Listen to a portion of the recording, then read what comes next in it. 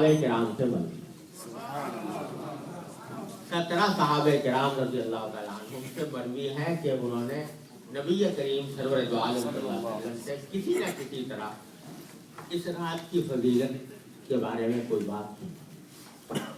और ये दुरुस्त है कि इनमें से अक्सर हदीसें ऐसी हैं कि जिनकी सनद बहुत ज़्यादा मजबूत नहीं है, कमज़ोर है, और बाज़ ऐसी भी हैं जिनको हसन के दर्जे तक पहुंचाया जा सकता है।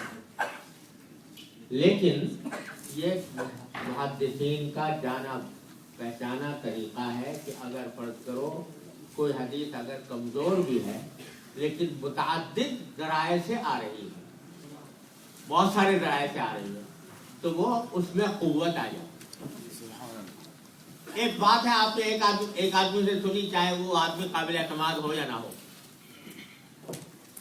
लेकिन वही बात दूसरा भी कह रहा है, तीसरा भी कह रहा है, चौथा भी कह रहा है, पांचवा भी कह रहा है, यहाँ तक 8, 10, 12 आदमियों ने कहा, तो फिर उससे एक आदमी को किसी दर्जे में एतमाद हो जाता है। कोई बहुत सारे लोगों ने ये बात कही। इसी तरह हज़रात मुहद्दिसीन फरमाते हैं कि जो अगर कोई हदीस मुतअद्दिद तुरुक़ से आए, मुतअद्दिद ज़राए से आए, तो वो काबिल कबूल है। एक बात।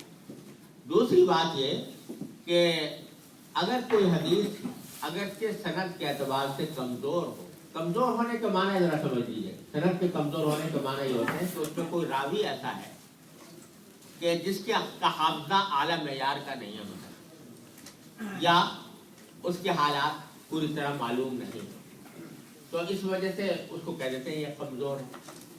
लेकिन कमज़ोर आदमी हमेशा तो झूठ नहीं बोलता ना भाई।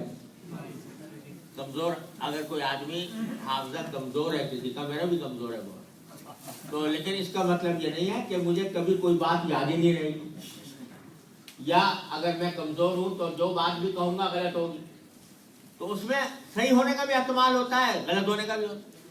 लेकिन जब बहुत सारे लोग इस तरह की बात कहते हैं तो फिर उसके अंदर एक कुव्वत आ जाती है। तो एक उसूल मुहद्दिसीन का ये है कि अगर इस्नाद किसी हदीस की कमज़ोर है लेकिन उम्मत का तआमुल चला आता है, यानी बड़े बड़े सहाबा ताबीन के वक्त से लेकर लोग उसके ऊपर अमल करते चले आ रहे हैं, तो भी उससे पता चलता है कि ये बेअसल नहीं। और ऐसी बहुत सी मिसालें आती हैं। तो शब बारात के बारे में भी ऐसा ही है कि इसके बारे में एक तरफ तो हदीसें मुख्तलिफ ज़राए से हैं, और दूसरे इसके ऊपर उम्मत का तआमुल भी चला आता है। लिहाजा सही बात यह है कि ये रात फजीलत रखती है, और फजीलत रखने के माना यह है कि इसमें जितना आदमी इबादत अल्लाह ताला की इबादत करे, उतनी उम्मीद है कि इंशाअल्लाह उसके ऊपर सवाब अजर सवाब ज़्यादा उसको हासिल होगा, आम रातों से ज़्यादा हासिल होगा। अब यह कि बाज़ लोगों ने इसके अंदर कुछ ख़ास तरीक़े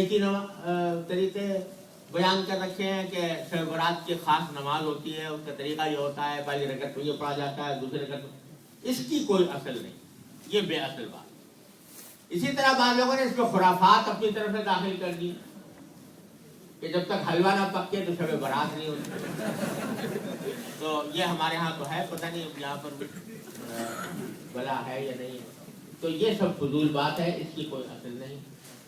इसी तरह उससे ज़्यादा ख़तरनाक वो आतिशबाजी वगैरह, ये बिल्कुल ही नाजायज़ काम है। लेकिन इबादत आदमी ज़्यादा एहतमाम के साथ इसमें करे तो ज़्यादा फजीलत है इंशाअल्लाह। और इबादत का हासिल ये है कि जितना आदमी नमाज नफली नमाजें ज़्यादा पढ़ ले, तिलावत ज़्यादा कर ले, दुआएं ज़्यादा करे अल्लाह तबारक व तआला से, इसमें वक्त गुजारा जाए।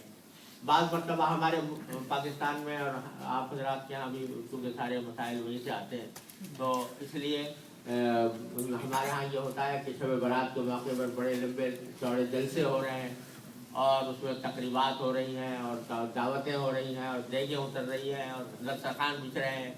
तो ये इस किस्म का कोई काम जो है ये न सिर्फ ये कि कोई सुन्नत नहीं है, बल्कि ये इस रात को खामखा इंतजामी कामों में ज़ाय करने के मुरादी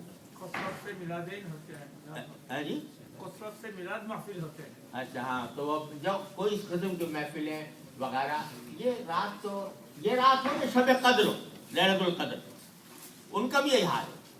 वो तो इस काम के लिए है कि आदमी बंदा गोशे तन्हाई में बैठकर अपने अल्लाह से राब्ता कायम करे, वो हो और उसका अल्लाह हो, तीसरा कोई ना हो। ये असल में इस काम के लिए होता है। इसी वास्ते इसमें नफलों की जमात भी मकरूह है, जमात भी नहीं। मकसद यह है कि हर बंदा अल्लाह से अपने राब्ता कायम करे और बराह रास्त कायम करे, किसी वास्ते के बगैर कायम करे। दूसरे जो मज़ाहिब हैं उनके अंदर अल्लाह मियाँ से राब्ता कायम करना हो तो पहले पादरी के पास जाओ, उसके वो राब्ता कायम कराएगा, है ना। लेकिन यहाँ जो है राब्ता बराह रास्त अल्लाह की तरफ, बंदा अल्लाह की तरफ, अल्लाह ताला खुद नमाज पढ़े, दुआ करे, इस्तिग़फ़ार करे, तिलावत करे, तौबा, ये सारे काम खुद करे। ये है सही तरीका। एक बात जो उन्होंने मुतवज्जे किया कि कब्रिस्तान जाने का मामला, कि लोग शब बारात में कब्रिस्तान के अंदर जाने का भी बड़ा एहतमाम करते हैं बाज़ औक़ात। सूरत हाल यह है कि एक रिवायत में है कि रसूल करीम सल्लल्लाहु अलैहि वसल्लम इस रात में बकी तशरीफ ले गए। वो रिवायत भी अगरचे सनदन कमज़ोर है, लेकिन बहरहाल एक रिवायत में है।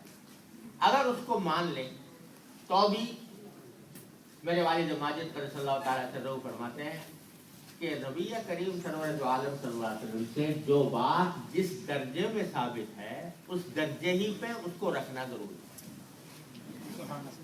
सारी जिंदगी में एक वाकया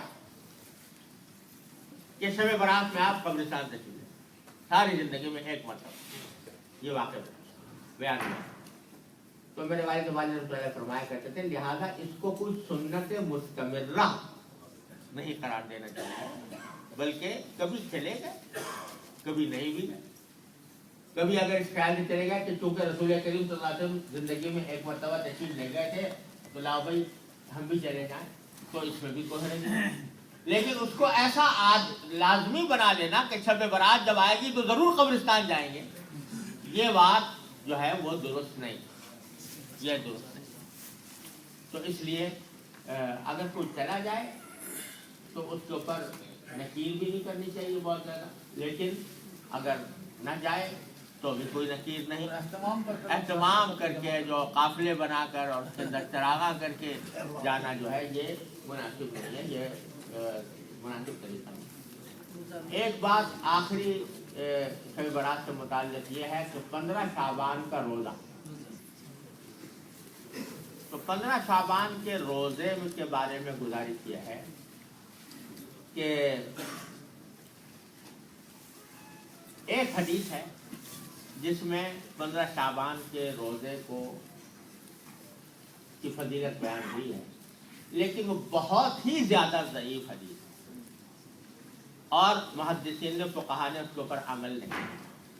चुनांचे फ़ुक़हा किराम जहाँ नफली रोज़ों की तफसील बयान फरमाते हैं वहाँ 15 शाबान के रोज़ों में रोज़े का जिक्र नहीं फ़ुक़हा की किताबों में।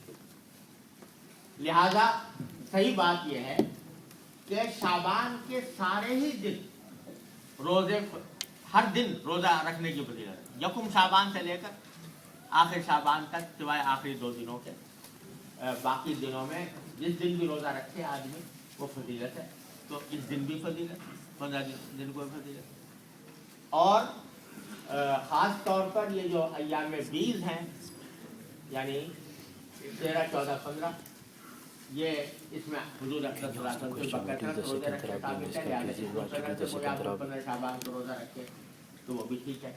लेकिन ख़ास इस 15 शाबान होने की वजह से रोज़ा रखने की फजीलत नहीं है, लेकिन कोई रखना चाहे तो इस नियत से रखे कि शाबान